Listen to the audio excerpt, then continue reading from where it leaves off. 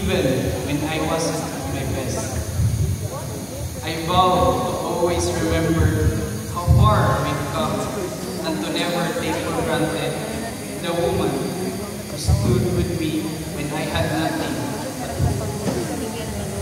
I promise to support you as fiercely as you have supported me, to honor the sacrifices that you have made, and to protect the peace that we have built together.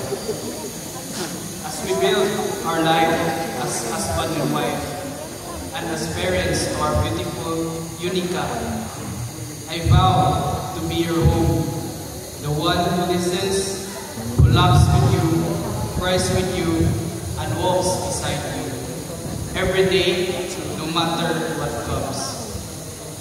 I give you all of me today, just I have every day for the past 12 years.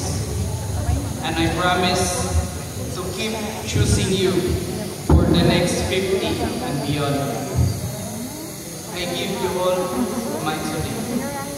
You are my greatest love, my deepest joy, and the best thing that's ever happened to me.